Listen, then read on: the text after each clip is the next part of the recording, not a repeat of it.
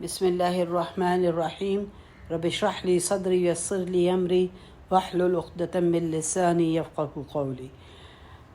ہم معجزات کر رہے تھے کہ جو رسول پاک صلی اللہ علیہ وسلم کو دیے گئے تھے، تو ہم یہ دیکھ رہے تھے کہ جانوروں کے ساتھ جو معجزے بہت سے ہوئے ان کا ہم ذکر کر رہے تھے۔ ہم نے وہ قصہ یاد کیا تھا کہ سراقہ کا جب ہجرت کے موقع پہ آپ کے پیچھے آ رہا تھا تو اس کے گھوڑے نے اس کو 3 دفعہ گرا دیا تھا، کیونکہ وہ جب پہنچنے کی کوشش کرتا تو گھوڑا گرا دیتا تھا اس کو۔ تو اس کے بعد سے سراقہ کو پتہ چل گیا کہ یہ کوئی آرڈنری انسان نہیں ہے، اسی لیے اس نے امان مانگی تھی۔ اس کے بعد ایک دفعہ آپ مسجد میں بیٹھے ہوئے تھے اور صحابہ کرام سب لوگ بیٹھے ہوئے تھے، تو ان کے درمیان سے ہوتا ہوا ایک اونٹ آیا، ان سب لوگوں کے درمیان سے گزرتا ہوا اور آپ کی گودی میں آ کے سر رکھ دیا، اور اس نے کچھ اپنی آوازیں نکالیں۔ تو آپ صلی اللہ علیہ وسلم نے کہا کہ اس کا مالک کہاں ہے، اسے بلاؤ۔ تو مالک کو بلایا گیا، اور اس زمانے میں بات یہ تھی کہ اونٹوں کی ان کو پہچان ہوتی تھی کہ یہ اونٹ کس کا ہے اور یہ اونٹ کس کا ہے، اور آبادی کم تھی۔ اس کے علاوہ کیونکہ اونٹ ان کی سواری کا ذریعہ تھا، اس لیے جیسے آج ہم پہچانتے ہیں کہ فلاں کی گاڑی کس کی ہے، فلاں گاڑی کس کی ہے، تو ان کا کنوینس کا ذریعہ تھا، اس لیے سب کو یہ عموماً پتہ ہوتا تھا کہ یہ اونٹ کس کا ہے۔ تو اس کے مالک کو بلایا گیا، اور مالک نے پوچھا آپ صلی اللہ علیہ وسلم نے کہ کیا تمہارا کوئی اونٹ کے ساتھ مالک کوئی پرابلم ہے؟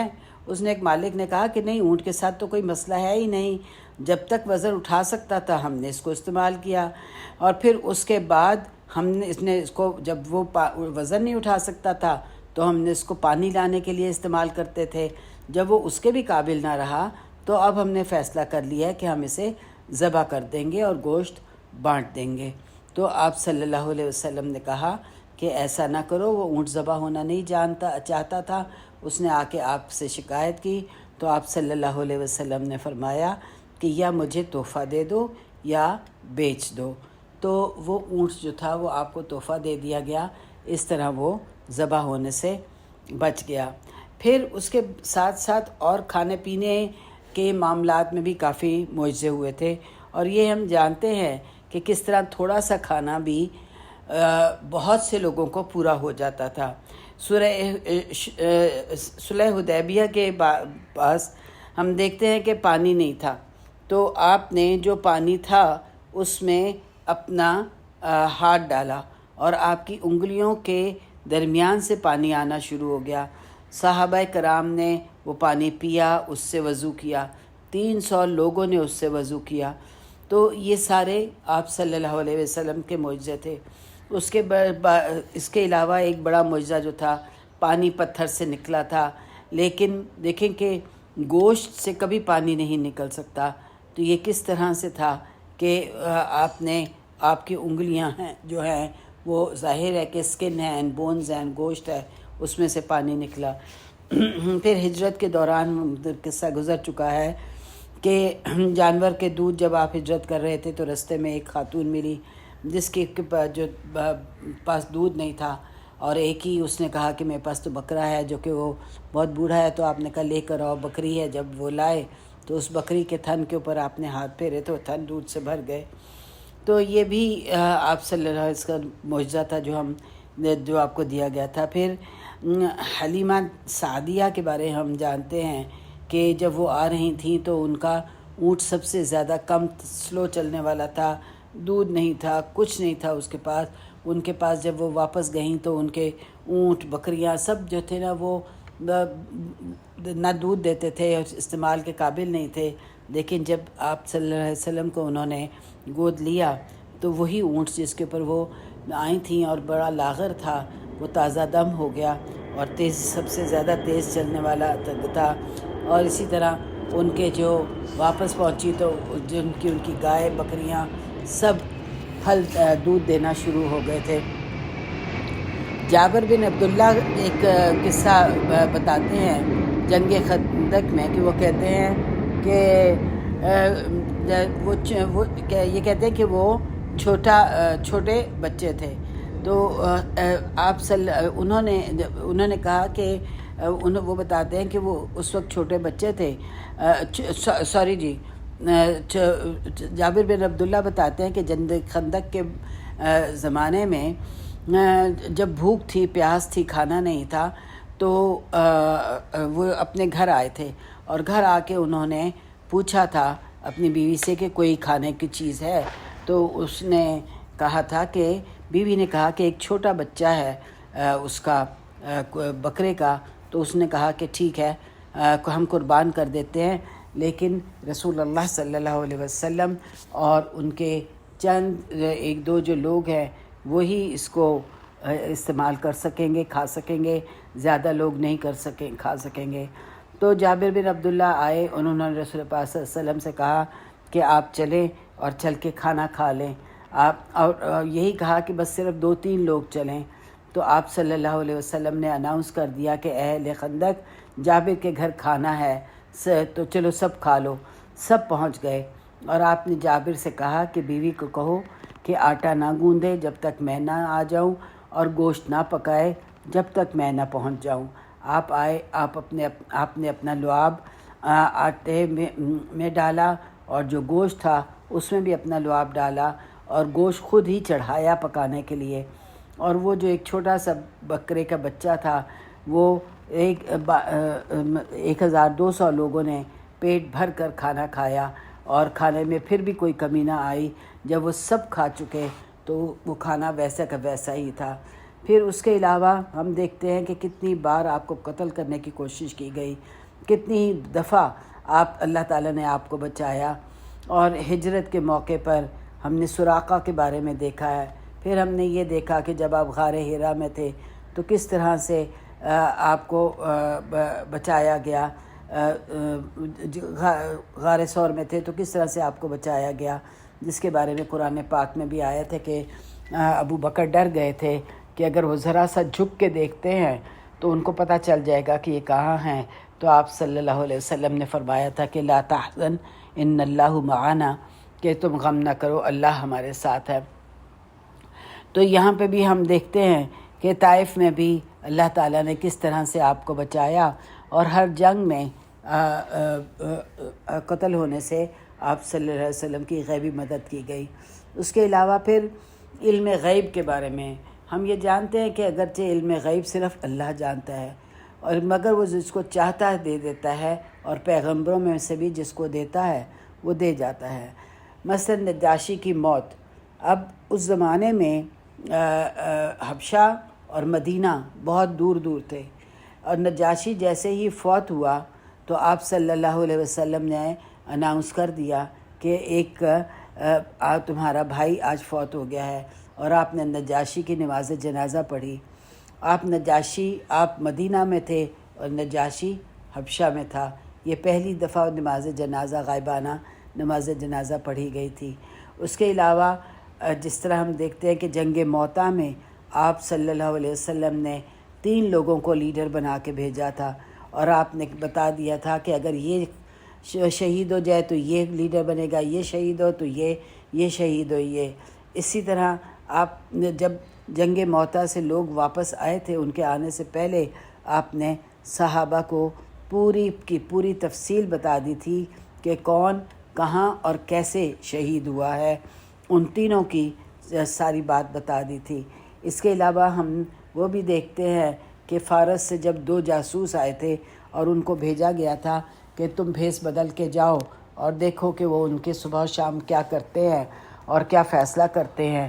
اور آپ صلی اللہ علیہ وسلم نے ان کو پہچان لیا. وہ خط لے کر آئے تھے. اب آپ صلی اللہ علیہ وسلم نے خط نہ دیکھا بلکہ ان سے کہا کہ کل آنا. اور جب وہ دوسرے دن آئے تو آپ صلی اللہ علیہ وسلم نے خط کھولنے سے پہلے ہی ان کو یہ کہہ دیا تھا کہ آج میرے رب نے تمہارے رب کو مار دیا ہے. وہ اپنے بادشاہوں کو رب بلایا کرتے تھے، اور وہ بات بالکل صحیح تھی کہ اس کے بیٹے نے اس کو قتل کر دیا تھا. اور یہ لوگ جب یہاں سے دونوں گئے اور ان کو پتہ چلا کہ واقعی میں کہ وہ قتل ہو گیا ہے، تو دونوں جاسوس اسلام لے آئے تھے، انہوں نے اسلام قبول کر لیا تھا. تو اس طرح سے ہم دیکھتے ہیں کہ یہ کچھ باتیں جیسے کہ اب فیوچر کے بارے میں، کل کے بارے میں پریڈکشنز یا باتیں بتا دینا. عرب کے بارے میں یعنی آپ صلی اللہ علیہ وسلم نے بتایا تھا کہ پورا عرب فتح ہوگا، اور پورا کا پورا عرب فتح ہو گیا. بدر میں آپ صلی اللہ علیہ وسلم نے جب پتھر پہ مارا تھا تو آپ نے کیا کہا تھا کہ یمن، بصرہ، شام، بیت المقدس، مصر. اور مصر کے بارے میں تو آپ نے یہ بھی کہا تھا کہ جب تم مصر کو فتح کرو تو ان سے اچھا سلوک کرنا، اس لیے کہ ان سے تمہارے تعلقات ہیں. اور پھر پرشین ایمپائر، اس کی آپ نے بتا دیا تھا کہ وہ پرشین ایمپائر کو ختم ہو جائے گی اور اس پہ فتح کر لیا جائے گا. اسی طرح کانسٹینٹینوپل کے بارے میں آپ کی جو حدیث تھی کہ وہ جو کانسٹینٹینوپل یعنی قسطنطنیہ جو فوجیں جائیں گی، قسطنطنیہ بھی فتح ہوگا، اور اس کے لیے آپ نے جنت کی خوشخبری بتائی تھی کہ جو قسطنطنیہ فتح کرے تھا، اور وہ سلطان محمد فاتح ہے.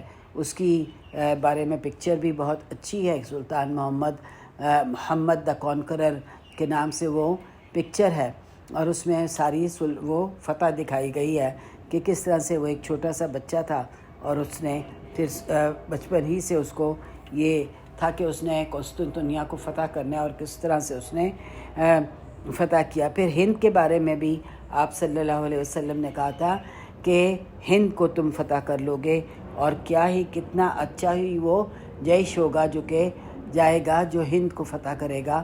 اور ہم یہ دیکھتے ہیں کہ انڈیا میں بھی پھر مسلمان حکومتیں آ گئی تھیں. تو یہ ساری جو آپ کی پیشن گوئیاں تھیں یہ کل کے بارے میں یہ ساری پوری ہوئیں، یہ ملک فتح ہوئے. اور آپ نے یہ بھی کہا تھا کہ اس کے پرشین ایمپائر کے بارے میں کہ ان کے بارے میں یہ کہا تھا کہ صحابہ کی زندگی میں ہی مسلمانوں کی نیول فورس بنائی جائے گی. اور انس بن مالک کی والدہ نے جب آپ صلی اللہ علیہ وسلم نے کہا کہ مسلمانوں کی زندگی میں وہ نیول فورس یعنی نیوی کی فورس، کیونکہ عرب تو صحرا تھا، سمندر تو کہیں قریب قریب بھی واقع نہ تھا، تو نیول فورس کا ہونا مسلمانوں کا ایک بہت بڑی وہ تھی، یعنی کہ پریڈکشن تھی، ایک بہت بڑی پیشن گوئی تھی. آپ سوچیں نا کہ صحرا میں یہ بیٹھ کے جہاں پہ کہ کوئی صحراؤں کے بیچوں بیچ رہنے والے جن کو کہ بحری جہاز بنانے کے بارے میں کوئی علم نہیں تھا، کچھ نہیں پتہ تھا، وہ اس کے بارے میں آپ صلی اللہ علیہ وسلم نے کہا تھا کہ ایک وقت آئے گا کہ مسلمانوں کی اپنی ایک بحری جہاز ہوں گے، بنائی جائے گی. تو انس بن مالک کی والدہ وہاں پر ہی تھیں، تو انہوں نے یہ کہا کہ آپ صلی اللہ علیہ وسلم سے کہ آپ دعا کریں کہ میں اسی فورس میں ہوں اور اور وہیں مر جاؤں. تو آپ صلی اللہ علیہ وسلم نے کہا تھا تم انہی میں سے ہو، اور ایسا ہی ہوا تھا کہ وہ ساتھ گئی تھیں اور گھوڑے پر سوار تھیں، گریں، سر پھٹ گیا اور وہیں وہ فوت ہو گئیں. وہاں مسجد بنا دی گئی جو آج بھی قائم ہے، یعنی سائپرس میں وہ آئلینڈ موجود ہے، ان کی قبر وہاں پہ موجود ہے. تو یہ ساری چیزیں یعنی حیران کن ہیں کہ صحراؤں میں رہنے والے جن کو کہ سمندروں کے بارے میں پتہ نہیں تھا، وہ کس طرح ایک پوری سمندری بیڑا بنا سکتے تھے، یہ سوچنا بھی محال تھا. اور یہ امیر معاویہ رضی اللہ عنہ کے دور میں بنائی گئی جب رومن ایمپائر جو ہے وہ فتح حاصل ہوئی، تو وہاں سے انہوں نے سیکھا تھا اور انہوں نے بنائی گئی. عبداللہ بن بصر کا واقعہ ہے، اور یہ ان صحابہ میں سے تھے جنہوں نے بڑی لمبی عمر پائی تھی. تو وہ یہ کہتے ہیں کہ رسول اللہ صلی اللہ علیہ وسلم کہتے ہیں کہ جب میں چھوٹا بچہ تھا تو رسول اللہ صلی اللہ علیہ وسلم ہمارے گھر آئے. کھانے کو والدہ نے حیث، یعنی حیث ہوتا ہے کوئی اس زمانے میں کوئی سوکھا ہوا کیک ہوتا تھا، تو وہ میرے ہاتھ میں دیا کہ جا کے رسول اللہ صلی اللہ علیہ وسلم کو کھلا کے آؤ. میں آیا اور میں نے آ کے رسول پاک صلی اللہ علیہ وسلم کو کیک دیا تو آپ صلی اللہ علیہ وسلم نے میری طرف دیکھا اور اپنا ہاتھ میرے سر پر پھیرا اور کہا یہ بچہ ایک قرن تک زندہ رہے گا۔ میں نے پوچھا قرن کیا ہوتا ہے؟ آپ صلی اللہ علیہ وسلم نے فرمایا 100 سنہ یعنی 100 سال۔ تو یہ عبداللہ بن عساکر کی حدیث ہے کہ بنو امیہ کا دور تھا، جب یعنی کہ امیدز کا دور تھا، اور اس وقت یہ عبداللہ بن بصر جو تھے وہ 95 سال کے ہو گئے تھے اور اپنی شاگردوں سے بات کر رہے تھے اور کہہ رہے تھے کہ 95 تو گزر گئے ہیں، اب میں 5 اور سال کا انتظار کر رہا ہوں، یعنی قرن آپ نے کہا تھا 100 سال۔ تو ابن عساکر انہی کے شاگرد تھے، یہ عبداللہ بن بصر کے شاگرد تھے۔ تو کہنے لگے کہ جب مجھے خبر ملی کہ عبداللہ بن بصر فوت ہو گئے ہیں تو میں نے گنا تو پورے 5 سال پہلے کی بات تھی جب انہوں نے یہ کہا تھا کہ 95 گزر گئے ہیں اور میں 5 سال اور کا انتظار کر رہا ہوں۔ ان کا انتقال، یہ وضو کر رہے تھے نماز کے لیے، انتقال ہوا اور یہ فوت ہو گئے۔ تو یہ بہت سی مثالیں ہیں جو کہ دی جا سکتی ہیں جس میں کہ آپ صلی اللہ علیہ وسلم نے کس طرح سے ساری پیشن گوئیاں کی تھیں۔ اور پھر اس کے بعد ہم دیکھتے ہیں کہ آپ صلی اللہ علیہ وسلم کس طرح سے شفا ہوئی آپ کی دعا سے یا آپ کے ہاتھ کے پھیرنے سے، یا کس طرح سے لوگ ٹھیک ہو جایا کرتے تھے۔ بہت سے واقعات ہیں، یعنی اتنے واقعات ہیں کہ سب کو یہاں پہ دیا نہیں جا سکتا، لیکن چند ایک جو اہم ہیں وہ یہ ہیں کہ جنگ احد میں قتادہ رضی اللہ عنہ جو تھے وہ آپ کی حفاظت پر مامور تھے اور وہ اپنا جسم استعمال کر رہے تھے آپ صلی اللہ علیہ وسلم کو بچانے کے۔ جب تیر آ رہے تھے تو وہ جہاں بھی تیر آتا تھا اپنا جسم آگے کر دیتے تھے کہ ان کو تیر لگ جائے اور رسول پاک صلی اللہ علیہ وسلم کو نہ لگے۔ ایک تیر آیا اور عین ان کی آنکھ میں لگا اور آنکھ ان کی گر گئی، یعنی باہر نکل کے گر گئی۔ تو آپ صلی اللہ علیہ وسلم نے دعا کی اللہ تعالیٰ سے کہ اے اللہ اس کی آنکھ لوٹا دے اور پہلے سے بہتر حالت میں لوٹا جو ہمیشہ ٹھیک رہے۔ تو قتادہ کہتے ہیں کہ وہ میری آنکھ فوراً ٹھیک ہوئی اور مرتے دم تک وہ میری آنکھ بہت تیز تھی۔ تو یہ سب حقیقتیں ہیں جو کہ آپ صلی اللہ علیہ وسلم کے ساتھ معجزات تھے وہ ہوئے، لیکن اسلام کیونکہ معجزے کے ذریعے کو دیکھ کے اسلام لانا وہ اللہ تعالیٰ پسند نہیں کرتا، بنسبت اس کے کہ ایمان ہم لے کر آئیں اللہ کا دین حق پہچاننے کی وجہ سے۔ اسی طرح خیبر کی فتح میں ہم نے دیکھا تھا کہ آپ صلی اللہ علیہ وسلم نے جب فتح نہیں ہو رہا تھا تو آپ نے کہا تھا کہ کل میں کسی جھنڈا دوں گا اس کو کہ جو کہ فتح کر لے گا۔ تو حضرت علی کو بلایا تھا لیکن ان کو دونوں آنکھیں خراب تھیں، تو آپ نے اپنا لعاب لگایا اور حضرت علی رضی اللہ عنہ کی دونوں آنکھیں ٹھیک ہو گئیں اور اس طرح انہوں نے جا کے خیبر فتح کر لیا۔ اسی طرح ہم دیکھتے ہیں کہ آپ صلی اللہ علیہ وسلم کی دعائیں جو تھیں وہ فوراً قبول ہوا کرتی ہوتی تھیں۔ بارش کی دعا کی تھی آپ نے، آپ خطبہ دے رہے تھے مدینہ میں اور ایک شخص آیا اور اس نے یہ کہا کہ یہ انس رضی اللہ عنہ کی حدیث ہے کہ ایک شخص آیا اور اس نے یہ کہا کہ واللہ ہم نے عرصے سے بادل نہ دیکھے ہیں، اور وہ کہتے ہیں کہ آپ صلی اللہ علیہ وسلم نے ہاتھ اٹھائے اور وہ کہتے ہیں کہ ہم نے بادل دیکھے اور ہم ریس لگا رہے تھے کہ گھر بھاگیں کہ ایسے نہ ہو بارش کی وجہ سے ہم گھر نہ پہنچ سکیں، اور کہتے ہیں کہ پورے 1 ہفتے تک ہم سورج نہ دیکھا، نان سٹاپ بارش ہوئی۔ اگلے ہفتے وہی شخص جس نے کہا تھا کہ ہمارے بچے رو رہے ہیں اور سوکھا ہوا ہے دعا کریں، تو وہی شخص پھر آیا اور اس نے یہ کہا کہ یا رسول اللہ ہماری کھیت ختم ہو گئے ہیں، بچے ڈوب رہے ہیں، اللہ سے دعا کریں کہ بارش بند ہو جائے۔ تو آپ صلی اللہ علیہ وسلم نے کہا تھا کہ اللہم حو علینا ولا علینا، یعنی کہ الینا، کہ اے اللہ ہمارے ارد گرد برسا لیکن ہمارے اوپر نہ برسا۔ آسمان کی طرف آپ نے اشارہ کیا، بادل دونوں طرف نکل گئے اور سورج نکل آیا، اور یہ حدیث ہر کتاب میں، حدیث کی ہر کتاب میں موجود ہے۔ اسی طرح ابو ہریرہ یمن سے آئے تھے، یہ اپنی والدہ کو چھوڑ کر آ گئے تھے۔ جب اسلام لائے تو والدہ ان کے پیچھے آ گئیں، لیکن وہ سارا وقت ان سے ناراض رہتی تھیں اسلام کے لانے پر، اور مسلسل بد دعا کرتی رہتی تھیں اور رسول اللہ صلی اللہ علیہ وسلم کے بارے میں باتیں کرتی رہتی تھیں۔ تو ابو ہریرہ پھر آپ صلی اللہ علیہ وسلم کے پاس آئے اور کہا کہ یا اللہ، یا رسول اللہ، میں بہت پریشان ہوں، میری والدہ مجھے بھی بہت بد دعائیں دیتی ہیں، آپ کو بھی بد دعائیں دیتی ہیں، آپ ان سے ہدایت کی دعا مانگیں۔ تو آپ صلی اللہ علیہ وسلم نے دعا کی، ان کی والدہ کی ہدایت کی۔ تو جب ابو ہریرہ گھر لوٹے تو اندر سے والدہ نے کہا کہ اندر نہیں آنا، میں نہا رہی ہوں۔ آپ اندر آئے تو انہوں نے کلمہ پڑھ لیا، اشہد ان لا الہ الا اللہ محمد رسول اللہ۔ اسی طرح پچھلے پیغمبروں کی جو کہانیاں ہیں، مکہ مدینہ بالکل لا علم تھے، دیکھیں ہسٹری تو ان کو پتہ ہی نہیں تھی۔ ابراہیم اور اسماعیل کا تو پتہ تھا، لیکن اسحاق علیہ السلام کی نسل کے بارے میں کچھ نہیں جانتے تھے۔ تو آپ دیکھیں نا کہ آج کل بھی جو جنگلات میں ہیں، حالانکہ آج کل تو انٹرنیٹ کا دور ہے اور ہر کوئی جو ہے وہ جانتا ہے، لیکن پھر بھی اگر جنگلات میں ہوں تو کسی کو کیا پتہ۔ اور پورے عرب میں ایک لائبریری نہیں تھی، بائبل عربی میں ٹرانسلیٹ نہیں ہوئی تھی، مکہ میں 5-6 لوگ پڑھے لکھے تھے۔